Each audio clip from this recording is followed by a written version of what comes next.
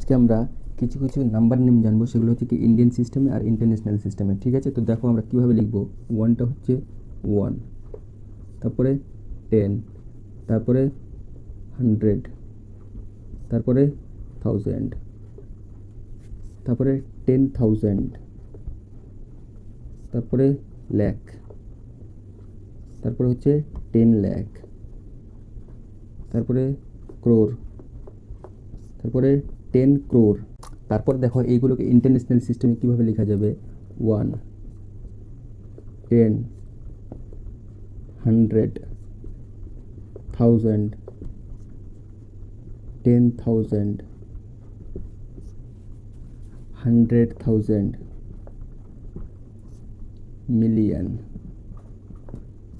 10 million, 100 million. এইভাবে তাহলে আমরা নামগুলো পড়তে পারবো।